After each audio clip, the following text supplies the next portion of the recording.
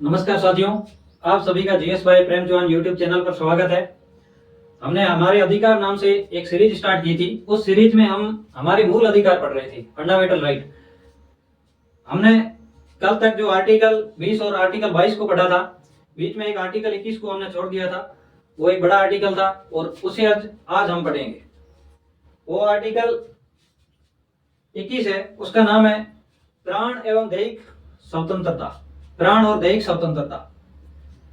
एक व्यक्ति को जिस तरह से जो प्राकृतिक रूप से जो शरीर मिला है, प्रकृति ने उसे जो शरीर प्रदान किया है, उस शरीर को लेकर इस संसार में जिंदा रहने के लिए या अपने जीवन यापन करने के लिए, व्यक्ति को गरिमापूर्ण जीवन जीने के लिए अपने जीवन में क्या मूलभूत सुविधाओं की आवश्यकता होती है, क्या बुनियादी वस्तुओं की उसे आवश्यकता होती है जो जीवन जीने के लिए बहुत ही जरूरी है, उसके बारे में आज हम पढ़ेंगे।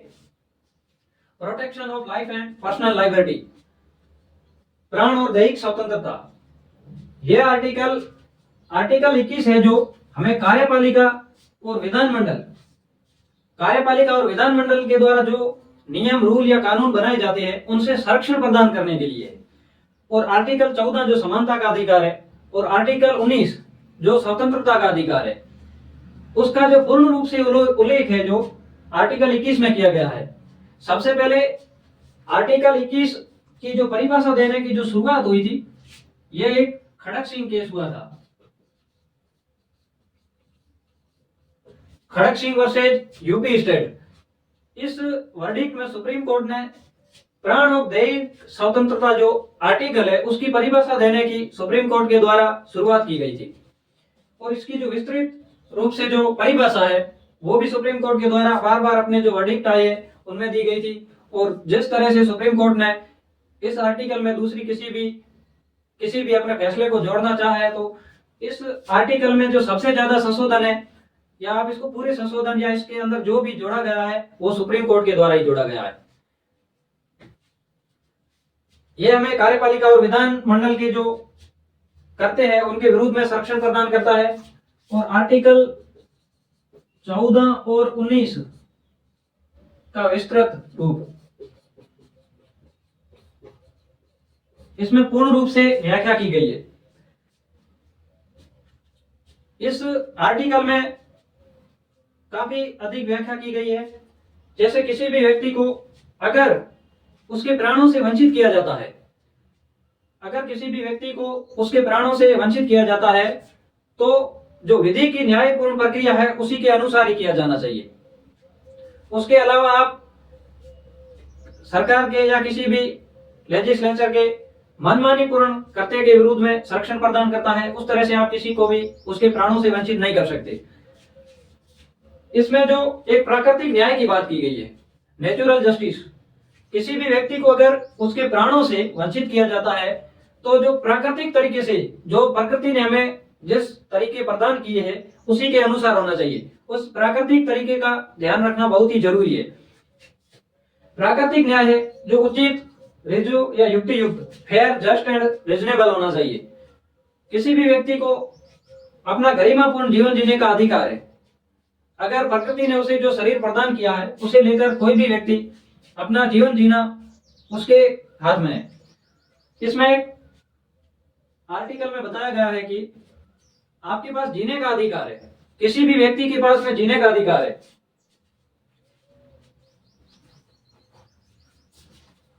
आपके पास जीने का अधिकार है, लेकिन किसी भी व्यक्ति ने अगर कोई अपराध कर दिया है, अपराध अगर कोई जघन्य अपराध है, या उस व्यक्ति ने किसी की हत्या कर दी है या ऐसा अपराध कर दिया है जो देश हित में नहीं है, जो जनहित में नहीं है, तो इस कारण उस व्यक्ति को उसके प्राणों से वंचित किया जा सकता है विधि की न्यायपूर्ण प्रक्रिया से। विधि का अर्थ है यहाँ पर कानून, जो कानूनी प्रक्रिया है। न्यायालय में कानूनी प्रक्रिया से किसी भी व्यक्ति को उसके प्राणों से वंचित किया जा सकता है। अब हम इसके जो आगे सबक्लॉज दिए गए हैं उनके बारे में पढ़ेंगे एक एक करके। इसमें एक अधिकार है जीने का अधिकार।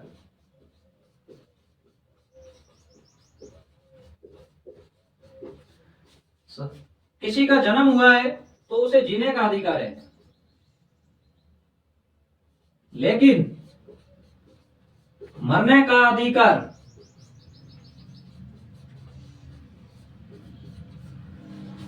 वर्तमान समय में जो आर्टिकल 21 में सबसे पहले AK गोपालन एक केस हुआ था, उस केस में AK गोपालन केस,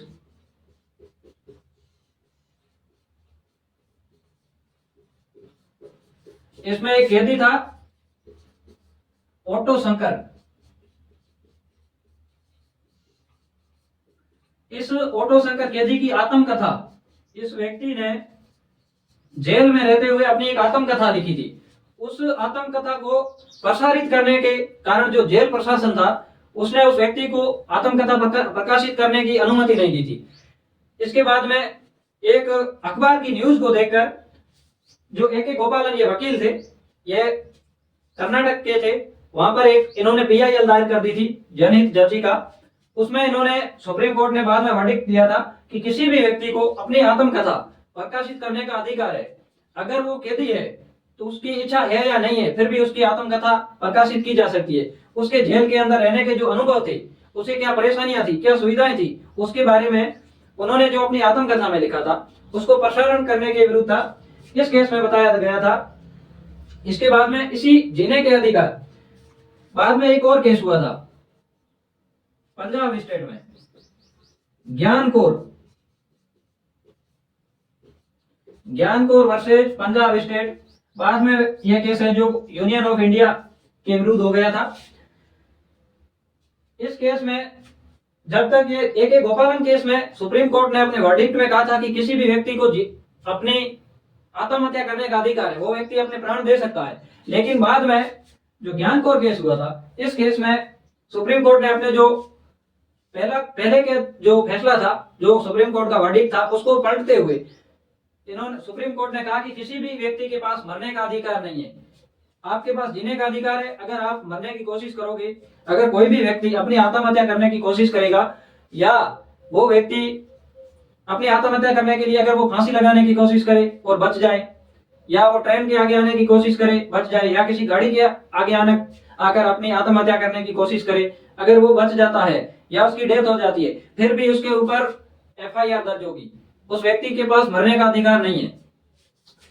ये ज्ञान कौर नाम से एक महिला थी पंजाब में, इनके पति का नाम बलविंदर सिंह था, और इन्होंने एक कुलवंत कौर नाम से महिला थी, उसको आत्महत्या करने के लिए प्रेरित किया था। इन्होंने उसे किसी प्रकार की यातनाएं दी होगी या और कोई कारण था, इससे उस महिला ने आत्महत्या कर दी। आत्महत्या करने के बाद में उसके परिजनों ने, महिला के परिजनों ने एक याचिका दायर की थी। उसके बाद में सुप्रीम कोर्ट ने अपना फैसला चेंज कर दिया था कि किसी भी व्यक्ति को मरने का अधिकार नहीं है। सुप्रीम कोर्ट अपने फैसले को बदल सकती है।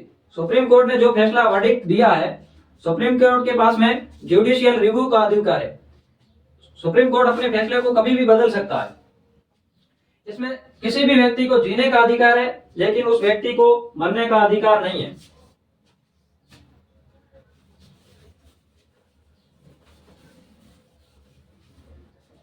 यह जो हमने अभी पढ़ा था, जो कैदी जो थे ऑटो शंकर, उसमें ही एक अधिकार उन्हें दिया था। उसी वर्डिक्ट में बताया था कि एकांतता का अधिकार, किसी भी व्यक्ति को अकेले रहने का अधिकार है। अगर कोई व्यक्ति अकेला रहना चाहे, जैसे कि कोई व्यक्ति अपनी शादी नहीं करना चाहता, तो वो अकेला रह सकता है, वो उसकी खुद की चॉइस है। विदेश जाने का अधिकार,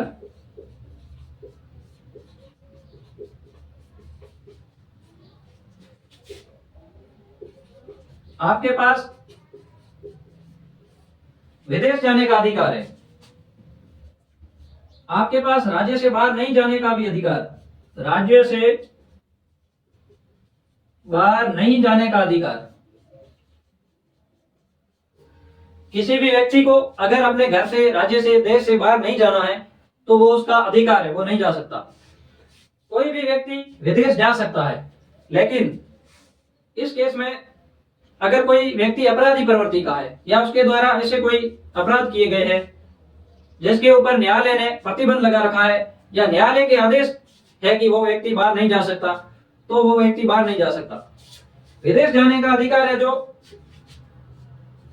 1978 को एक मेनका गांधी केस हुआ था।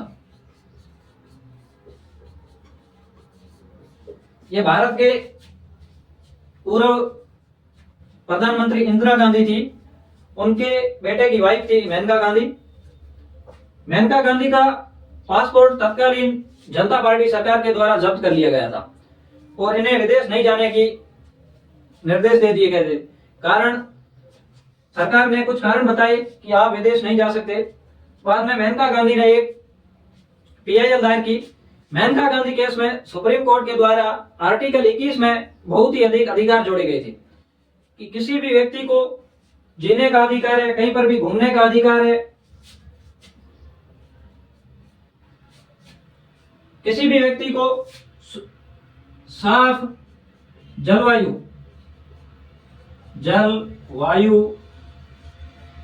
किसी भी व्यक्ति को साफ जलवायु या प्रदूषण मुक्त जलवायु में रहने का अधिकार है। किसी भी व्यक्ति को भोजन का अधिकार है। कोई भी व्यक्ति अगर भूखा है तो उसे भोजन का अधिकार है। राज्य से कोई भी व्यक्ति राज्य से निःशुल्क खाद्य सामग्री, कोई भी व्यक्ति राज्य से निःशुल्क खाद्य सामग्री प्राप्त करने का उस व्यक्ति को अधिकार है। अगर कोई व्यक्ति भूखा है वो किसी से मांग कर भी खाना खा सकता है। या आप अगर एक उदाहरण से समझे, इस केस में सुप्रीम कोर्ट ने अपने वर्डिक्ट में बताया था कि अगर कोई व्यक्ति जो भूखा है, उसने कोई चोरी कर ली है, वो चोरी अगर किसी खाने की वस्तु की है या उसके 1-2 टाइम के खाने के लिए ही पर्याप्त है, तो उस व्यक्ति के ऊपर कोई भी आपराधिक कार्यवाही नहीं की जाएगी। इस केस में सुप्रीम कोर्ट ने बहुत ही अधिक वर्डिक्ट दिए थे। अगर आपको आश्रय पाने का अधिकार है, घर, कोई व्यक्ति है उसके पास अपना घर नहीं है, तो वो व्यक्ति सरकार से आवेदन पत्र देकर या किसी योजना में आवेदन पत्र भरकर आश्रय का लाभ ले सकता है। या वो व्यक्ति अगर किसी शेल्टर होम में रहना चाहे तो उसे उस जगह पर रहने दिया जाएगा।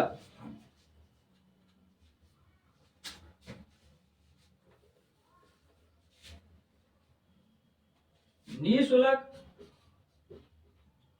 चिकित्सा सहायता का अधिकार,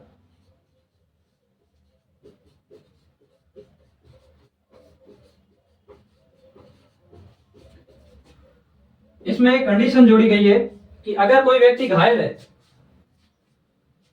किसी एक्सीडेंट में घायल हो गया है, तो उस व्यक्ति को निःशुल्क रूप से किसी भी चिकित्सालय में, चाहे वो सरकारी हो चाहे प्राइवेट हो, उसमें उसे इलाज पाने का अधिकार है। यह केस हुआ था एक, इस केस में सुप्रीम कोर्ट ने कोई ऐसा केस हुआ था, उसमें एक कार थी, उसने एक बाइक सवार को टक्कर मार दी थी। टक्कर मारने के बाद में उस व्यक्ति को, वहां पर कुछ लोग थे, वो किसी हॉस्पिटल में जो नजदीक था वहां पर लेके गए, लेकिन वो हॉस्पिटल जो प्राइवेट था, उस हॉस्पिटल के डॉक्टरों ने इलाज करने से मना कर दिया। बाद में उस व्यक्ति को वहां से 20-25 किलोमीटर दूर किसी और हॉस्पिटल ले जाने के लिए ये रवाना हुए, तो उस व्यक्ति की बीच में डेथ हो गई थी। बाद में सुप्रीम कोर्ट ने एक फैसला दिया कि किसी भी घायल व्यक्ति को निःशुल्क रूप से चिकित्सकीय सहायता पाने का अधिकार होगा। RTH, right to health, Rajasthan government ने 2023 में एक एक्ट पास किया था राइट टू हेल्थ का। किसी भी व्यक्ति के पास अपने स्वास्थ्य को सुरक्षित रखने का अधिकार है। इससे पहले सुप्रीम कोर्ट के द्वारा इस निःशुल्क सहायता पाने का जो अधिकार था, इसमें सुप्रीम कोर्ट ने किसी भी व्यक्ति को चिकित्सकीय सहायता पाने का अधिकार दे दिया था। और अगर कोई गवर्नमेंट हॉस्पिटल है, गवर्नमेंट हॉस्पिटल में उसे एकदम फ्री फ्री चिकित्सकीय सहायता पाने का अधिकार होगा। इसके बाद में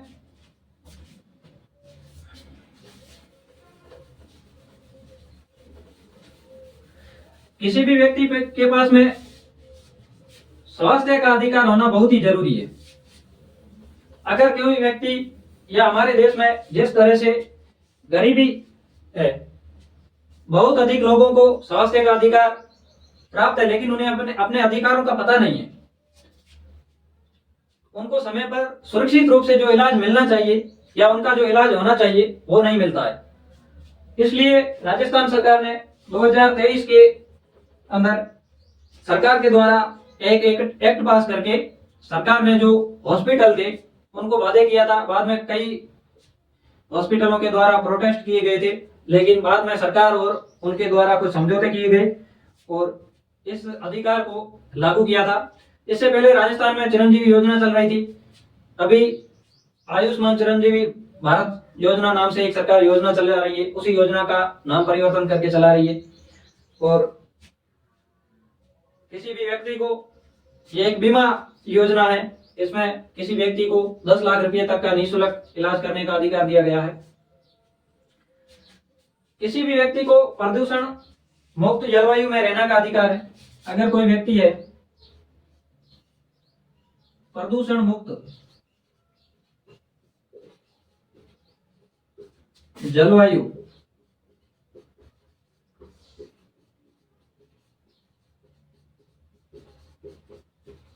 किसी भी व्यक्ति को प्रदूषण मुक्त जलवायु में रहने का अधिकार है। यह एक बिहार में केस हुआ था। उस केस के वर्डिक्ट में सुप्रीम कोर्ट ने बताया था कि किसी भी व्यक्ति को साफ सुरक्षित जलवायु में रहने का अधिकार है।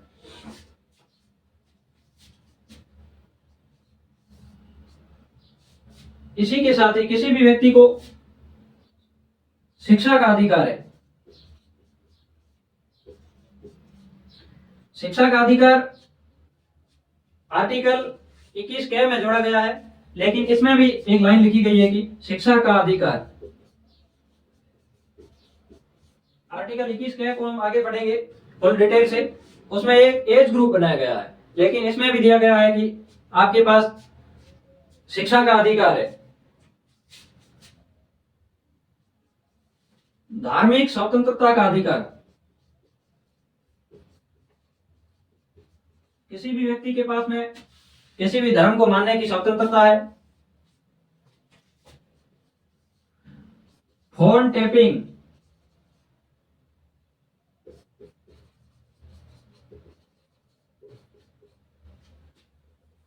फोन टैपिंग न करने का अधिकार। अगर आप किसी व्यक्ति से फोन पर बात कर रहे हो तो आप फोन से बात करते वक्त उस व्यक्ति की बिना अनुमति के फोन टैप नहीं कर सकते, किसी भी व्यक्ति के फोन की रिकॉर्डिंग नहीं कर सकते। अभी राजस्थान में यह मुद्दा चल रहा था कि कुछ लोगों के सरकार के द्वारा फोन टैप करवाई जा रही है। इस तरह से काफी मुद्दे हाईलाइट हुए थे। आपको नींद लेने का अधिकार है।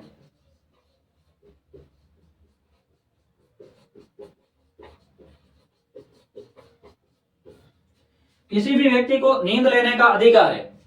नींद एक व्यक्ति को जीवन जीने के लिए बहुत ही जरूरी है। यह केस है जो यूपी उत्तर प्रदेश में एक महिला प्रोफेसर थी। महिला प्रोफेसर के द्वारा हाई कोर्ट में एक याचिका दायर की गई थी। वो एक महिला अपने जो कॉलेज था वहां पर लेट पहुंचती थी और उसने बताया कि मैं जिस एरिया में रहती हूँ वहां पर पास में एक मॉस्क है, मस्जिद है। उस मस्जिद में सुबह 4 बजे जो मोहम्मदन धर्म के हिसाब से जो अजान दी जाती है वो अजान देते हैं, जिससे मेरी नींद खराब हो जाती है और उसके बाद में मुझे 1 घंटे तक नींद नहीं आती है। उसके बाद में मुझे नींद आ जाती है। इसलिए मेरे 2 से 3 घंटे है जो नाइट के समय के खराब हो जाते हैं। बाद में सुप्रीम कोर्ट ने इस केस में बताया कि अगर रात को 10 बजे से लेकर सुबह 6 बजे तक किसी भी व्यक्ति को रात को 10 से लेकर 6 बजे तक नींद लेने का अधिकार है। उस समय उस व्यक्ति की अगर नींद को भंग करने की कोशिश की जाती है तो वो उसके मूल अधिकारों के खिलाफ होगा, क्योंकि वो उसके अधिकार है। उस व्यक्ति के ऊपर, जिस व्यक्ति ने उसकी नींद को खराब करने की कोशिश की है, उसके ऊपर केस हो सकता है। आपने कहीं पर रूल में अगर पढ़ा है तो अगर आप रेल या बस या ट्रेन में जा रहे हो, ट्रेन में रात को 10 बजे के बाद में आप जोर से उस जिस आप बोगी में या जिस डिब्बे में आप चल रहे हो उसमें जोर से गाने नहीं बजा सकते, जोर से बोल नहीं सकते, ऐसा कोई कार्य नहीं कर सकते जिससे दूसरों की नींद खराब हो। नींद लेने का अधिकार है जो हमारे संविधान में महत्वपूर्ण रूप से संविधान के अंदर उल्लेखित है और ये हमारे मौलिक अधिकार है। अगर किसी भी व्यक्ति के मूल अधिकार या मौलिक अधिकारों का हनन होता है तो वो व्यक्ति सीधा हाई कोर्ट जा सकता है, अपने अधिकारों की मांग कर सकता है। हमारे इन अधिकारों का रक्षक है, जो भी फंडामेंटल राइट का रक्षक है, न्यायालय ही है। अगर किसी व्यक्ति को अपने अधिकारों का लाभ नहीं मिल रहा है तो वो व्यक्ति न्यायालय की शरण में जा सकता है। मूल अधिकारों का रक्षक न्यायालय है।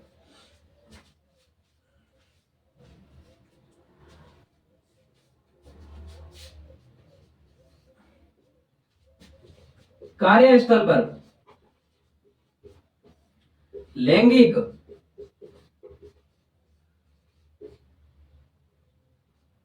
उत्पीड़न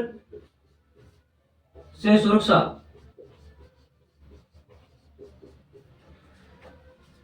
महिलाओं को कार्यस्थल पर लैंगिक उत्पीड़न से सुरक्षा की गारंटी दी गई है। अगर महिला के अधिकारों का वायलेंस हो रहा है कार्यस्थल पर, इसके लिए एक विशाखा गाइडलाइन बनाई गई थी। विशाखा गाइडलाइन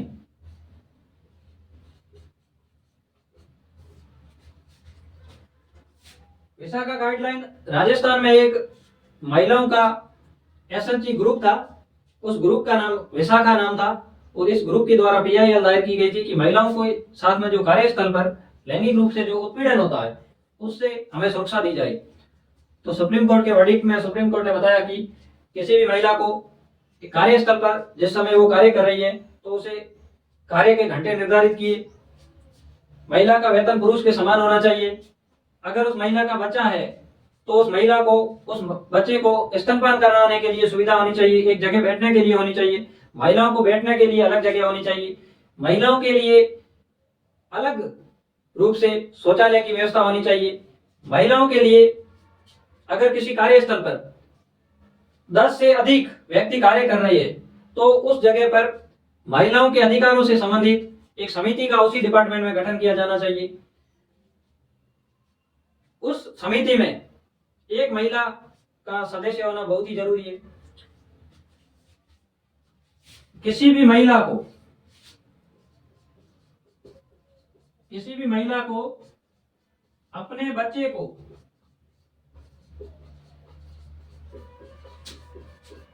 जन्म देना या न देना उसका अधिकार है।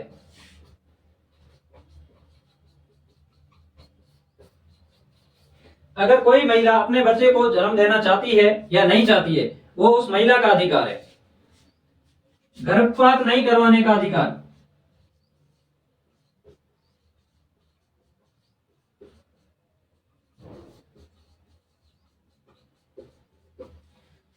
किसी भी महिला को अपना गर्भपात नहीं करवाने का अधिकार है। लिंग परीक्षण नहीं करवाने का अधिकार, किसी भी महिला को, अगर वो महिला प्रेग्नेंट है, उस महिला को लिंग परीक्षण नहीं करवाने का अधिकार है।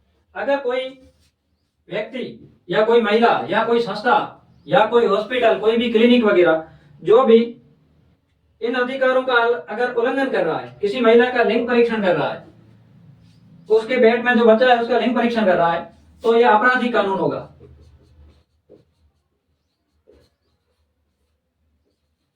आपराधिक कृत्य होगा।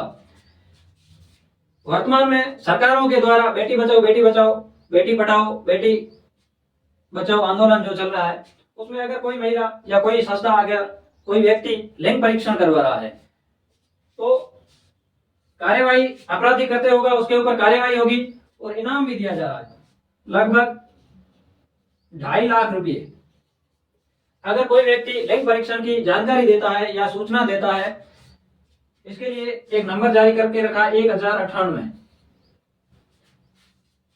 इस नंबर पर अगर वो सूचना देता है तो उसे और सूचना सत्यापन के बाद में उस व्यक्ति को इनाम दिया जाएगा और जो लिंग परीक्षण कर रहे हैं उनके ऊपर आपराधिक कार्यवाही होगी और उनको 5 से 10 साल की सजा हो सकती है। गर्भपात नहीं करवाने का अधिकार, यह एक चंडीगढ़ में एक महिला थी जो अनाथ आश्रम में रहती थी।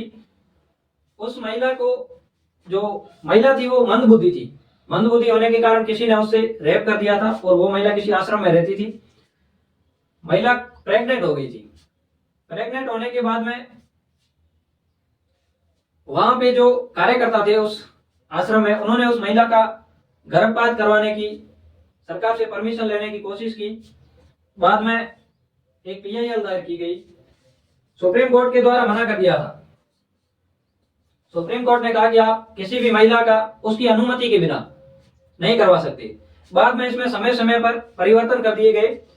अगर कोई महिला मंदबुद्धि है या पागल है, वो अपने बच्चे को नहीं संभाल सकती या किसी ऐसे रोग से पीड़ित है, वो रोग उस बच्चे में आगे संचरण हो सकता है, उस बच्चे के द्वारा आगे और भी संचरण हो सकता है, या किसी ऐसी खतरनाक बीमारी से वो महिला ग्रस्त है जिससे किसी समाज को खतरा हो सकता है, जो जनहित में नहीं है, लोकहित में नहीं है, तो वो महिला अपना लिंग परीक्षण करवा सकती है। अगर किसी से रेप हो गया है तो भी वो करवा सकती है। लेकिन इसमें भी उन्होंने कंडीशन जोड़ दी, 20 सप्ताह तक, अगर कोई महिला 20 सप्ताह की प्रेग्नेंट है तो वो अपना, जो मैंने कंडीशन बताई है उनको आधार रखते हुए गर्भपात करवा सकती है। बाद में इसको बढ़ाकर 22 सप्ताह किए गए। अभी ये एक डॉक्टर की सलाह पर, अगर 22 सप्ताह का गर्भपात करवाना है तो एक डॉक्टर की सलाह लेनी पड़ेगी। अगर कोई क्रिटिकल कंडीशन है,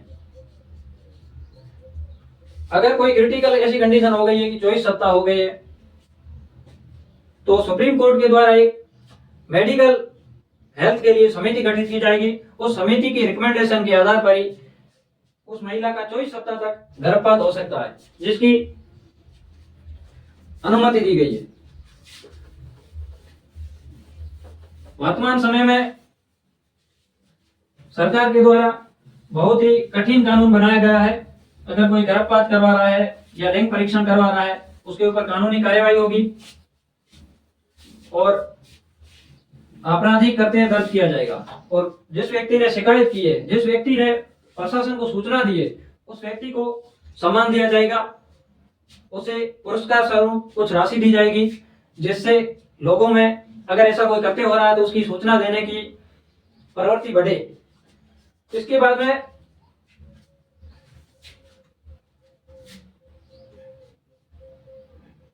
हिरासत में न्यायिक अभिरक्षा,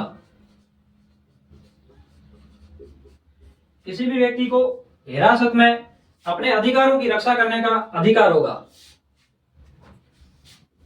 मनपसंद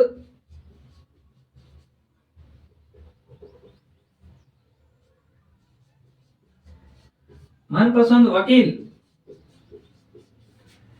किसी भी, अगर कोई आरोपी है तो उसको अपने मनपसंद वकील से बात करने का अधिकार होगा, उसको अपना मनपसंद वकील करने का अधिकार होगा। किसी भी व्यक्ति को मनपसंद शादी करने का अधिकार है।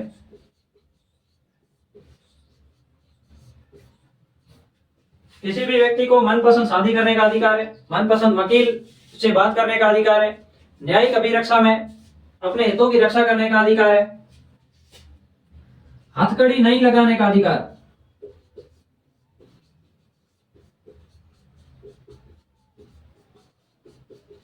किसी भी व्यक्ति के पास अगर वो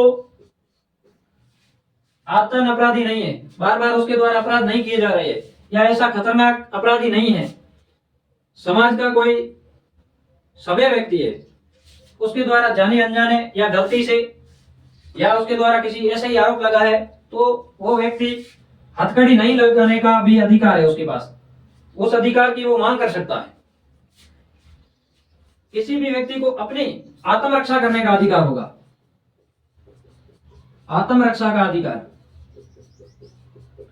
अगर किसी व्यक्ति के ऊपर या किसी महिला के ऊपर, महिला या पुरुष किसी के ऊपर अगर कोई जानलेवा हमला हो जाए या एसिड अटैक हो जाए या कोई और ऐसा करते हो जाए जिससे उस व्यक्ति की या उस इंसान की जान को अगर खतरा है, तो वो व्यक्ति अपनी जान बचाने के लिए, अपनी रक्षा करने के लिए, आत्मरक्षा करने के लिए सामने वाले व्यक्ति को अगर चोट पहुंचाने की कोशिश करे, तो वो उसके पुख्ता सबूत होने चाहिए, उस व्यक्ति की आत्मरक्षा माना जाएगा और उस व्यक्ति को अपनी आत्मरक्षा करने का अधिकार है, उसके ऊपर कोई भी केस दर्ज नहीं किया जाएगा। कारावास में अकेले नहीं रहने का अधिकार, कारावास में अकेले नहीं रहने का अधिकार। अगर कोई व्यक्ति है, उसको जेल में डाल दिया गया है, अगर उसे जेल प्रशासन के द्वारा दूसरे कैदियों से या अलग रख दिया जा रहा है, उसको मानसिक रूप से प्रताड़ित किया जा रहा है, तो उस व्यक्ति के पास अधिकार है कि मुझे आप कारावास में अकेला ना रखें, जिससे मेरी सेहत पर या मानसिक रूप से मेरे ऊपर बहुत ही गलत प्रभाव पड़ रहा है। किसी भी व्यक्ति को अकेले नहीं रखने का अधिकार है। सार्वजनिक जगह पर, सार्वजनिक जगह पर धूम्रपान नहीं करने का अधिकार। किसी भी व्यक्ति को सार्वजनिक जगह पर धूम्रपान नहीं करने का अधिकार है। कोई भी व्यक्ति सार्वजनिक जगह पर धूम्रपान नहीं कर सकता। आपने देखा होगा कि सार्वजनिक जगह के आसपास या स्कूल, हॉस्पिटल या कोई और कार्यालय जिसके आसपास लिखा होता है कि 250 मीटर तक, 100 मीटर तक कोई भी धूम्रपान सामग्री बेच नहीं सकते या कर नहीं सकते। इस तरह के जो आपने काफी स्लोगन लिखे हुए देखे होंगे।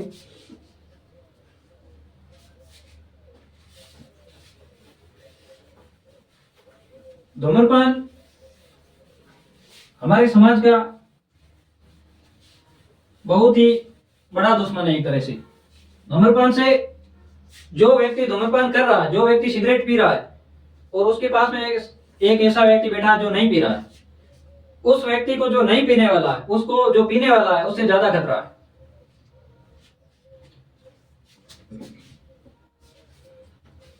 आपके पास निजता का अधिकार है, निजता का अधिकार। आप अपनी पर्सनल बातें गोपनीय रूप से रख सकते हो। यह एक केस हुआ था, पुट्टा स्वामी केस।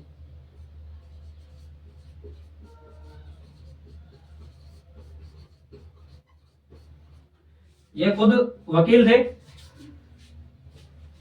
हमें जो आधार कार्ड में नंबर दिए गए हैं, आधार का एक सरकार के द्वारा समय समय पर किसी और डॉक्यूमेंट से लिंक करने के जो प्रोग्राम चलते रहते हैं, इन्होंने आधार की निजता को लेकर एक पीआईएल दायर की थी। उसमें बाद में सुप्रीम कोर्ट ने बताया था कि किसी भी व्यक्ति को अपनी निजता का अधिकार होगा, लेकिन देश हित में, राष्ट्र हित में, देश की एकता अखंडता को ध्यान में रखते हुए अगर कोई ऐसा व्यक्ति है जो व्यक्ति देश के लिए खतरा है, तो उसकी निजता का हनन किया जा सकता है, वो भी सुप्रीम कोर्ट की रिकमेंडेशन के आधार पर। किसी भी व्यक्ति को, अगर कोई व्यक्ति है जो जेल में है, उसके ऊपर जो डीएनए वगैरह टेस्ट होते हैं, अगर वो व्यक्ति नहीं देना चाहिए, या पॉलीग्राफी, नार्को टेस्ट, ये निजता के अधिकार के तहत आएंगे।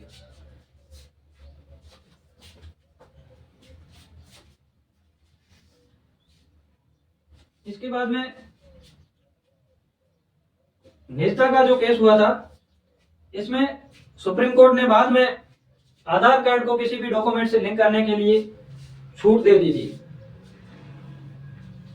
आपको त्वरित न्याय, स्पीडी ट्रायल,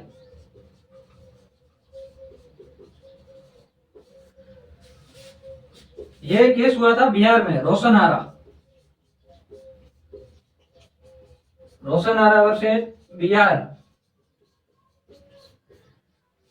किसी भी व्यक्ति को अगर उसके ऊपर कोई आपराधिक मामला है या कोई भी सिविल है, उसे जल्दी फैसला लेने के लिए, उस केस में जल्दी फैसला लेने के लिए किसी भी व्यक्ति को स्पीडी ट्रायल कोर्ट में अपने जो मामला है ले जाने का अधिकार है, जल्दी से, ताकि उस मामले में जल्दी से फैसला आ सके। इस तरह के सुप्रीम कोर्ट के द्वारा नालसा नाम से एक संस्था बनाई गई है, वो स्पीडी ट्रायल के लिए, एक तरह से लोकहित के जो मामले है सुलझाने के लिए, जो किसी भी, अगर राजस्थान स्टेट है तो राजस्थान में नालसा नाम से एक स्टेट है, नालसा नाम से एक संस्था है, उसके द्वारा भी मामलों को त्वरित न्याय या स्पीडी ट्रायल किया जाता है।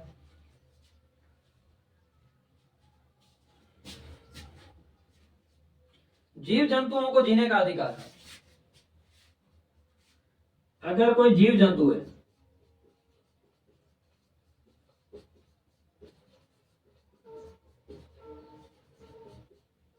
जीव जंतुओं को भी जीने का अधिकार है। व्यक्ति के साथ साथ, इंसान के साथ साथ, मनुष्य के साथ साथ पेड़ पौधों, जीव जंतुओं को भी जीने का अधिकार है। आप ग्रीनरी को बढ़ावा दे सकते हो। अगर किसी रिजर्व एरिया है, उस एरिया में जाकर आप पेड़ों को नहीं काट सकते, आपके ऊपर आपराधिक मामला दर्ज किया जाएगा। आप किसी भी जानवर को मार नहीं सकते। अभी आपने सुना होगा, काफी साल पहले, 2000 से पहले की बात है, 1998-99 में सलमान खान के द्वारा जोधपुर में एक फिल्म की शूटिंग के दौरान काले हिरणों का शिकार किया गया था। उनके ऊपर केस दर्ज किया गया था और समाज के, बिश्नोई समाज के, मुख्यतः बिश्नोई समाज के लोगों द्वारा उनका विरोध किया गया था। उनके साथ में और भी लोग थे जिन्होंने उनको दोषी ठहराने के लिए काफी कोशिश की थी। आपके पास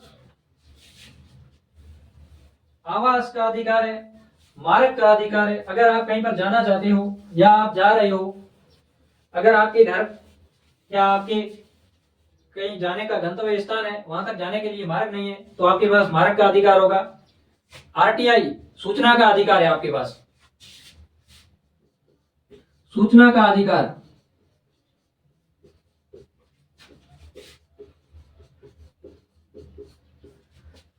उपभोक्ता संरक्षण का अधिकार।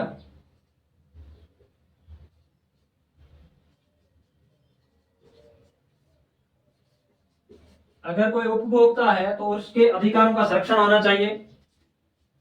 कुछ समय पहले सुप्रीम कोर्ट के द्वारा जो ई कॉमर्स साइट है, जैसे अमेजन, फ्लिपकार्ट वगैरह है, इनसे कोई भी व्यक्ति अगर सामान लेता है, वो सामान अगर गलत पाया जाता है तो उसकी रिकवरी का आदेश दिया था। ई कॉमर्स को भी उपभोक्ता के संरक्षण के हितों के जोड़ दिया था।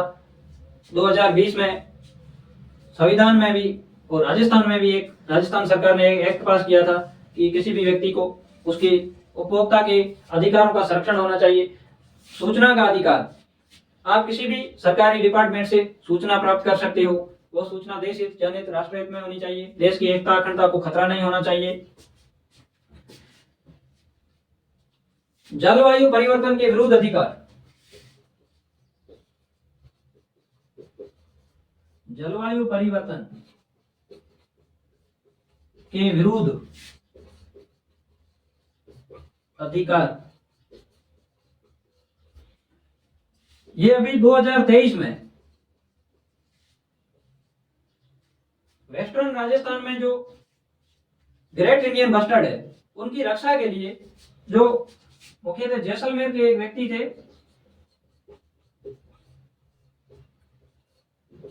रणजीत सिंह, इन्होंने पीआईएल दायर की थी कि वेस्टर्न राजस्थान में जो ग्रेट इंडियन बस्टर्ड है, वो एक विलुप्त प्राय पक्षी है। उसके संरक्षण के लिए जो सोलर वगैरह या हाईटेंशन लाइनें लग रही है, उनसे इन पक्षियों को खतरा हो रहा है। ग्रेट इंडियन बस्टर्ड, इन्हें प्रकृति का न्यायपूर्ण पक्षी माना जाता है। या ये पक्षी पक्षी है जो प्रकृति को साफ रखने की कोशिश करते हैं। गिद्ध वगैरह और ग्रेट इंडियन बस्टर्ड, इनकी रक्षा के लिए एक पीआईएल दायर हुई थी। इसमें सुप्रीम कोर्ट ने अभी 2023 में वर्डिक्ट दिया था कि किसी भी व्यक्ति या जलवायु परिवर्तन के विरुद्ध, जो जलवायु परिवर्तन हो रहा है, जैसे पक्षियों को, मानव को, पेड़ पौधों को खतरा है, उससे रक्षा के लिए किसी भी व्यक्ति को इंटरनेट का अधिकार है। कोई भी व्यक्ति इंटरनेट का उपयोग कर सकता है। देश हित में होना चाहिए, देश की एकता अखंडता को खतरा नहीं होना चाहिए। आपने अगर देश की एकता को भंग करने की कोशिश की तो आपके ऊपर कार्रवाई हो सकती है। फिर भी आपको जो संसाधन है सही रूप से यूज लेने के लिए इंटरनेट का अधिकार दिया गया है। अब हम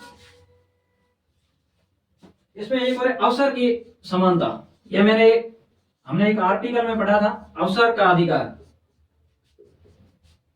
प्रतिष्ठा का अवसर। अवसर जैसे कि अगर आप कोई जो नौकरी लगना चाहते हो, आपके पास योग्यता होनी चाहिए, आपको अवसर दिया जाएगा।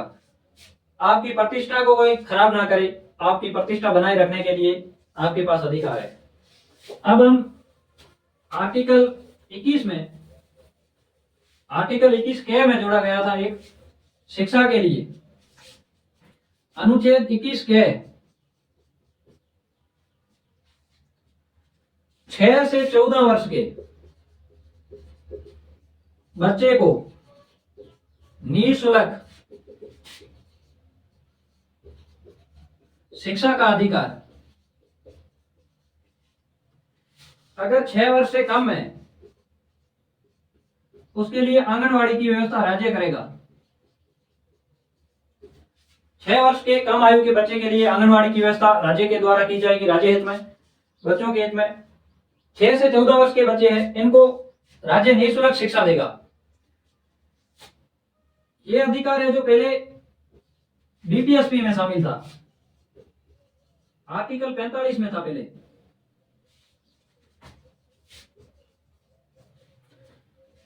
राज्य के नीति निर्देशक तत्व, डीपीएसपी,